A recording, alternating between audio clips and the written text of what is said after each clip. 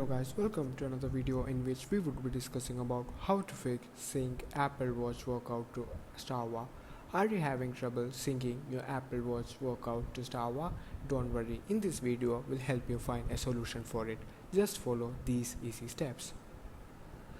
To fix syncing issues with Apple Watch workout in Strava, you can follow these steps based on the information from the provided sources. 1. Force sync from Strava app settings. Open the Strava app settings, select history, choose the activity you want to sync and press sync. 2. Check for unsynced activities on Apple Watch. Open Strava on your watch, swipe left to settings and look for unsynced activities. If found, tap on unsynced run, tap again and select sync. 3. Adjust Strava app settings on iPhone. In iPhone Strava app, go to settings, application services and devices, and then health. Ensure all activities have a check mark next to them. If not, click on them and select import. 4.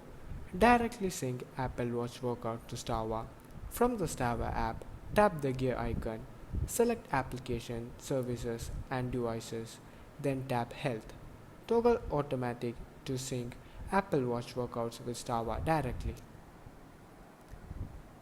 Thank you for watching.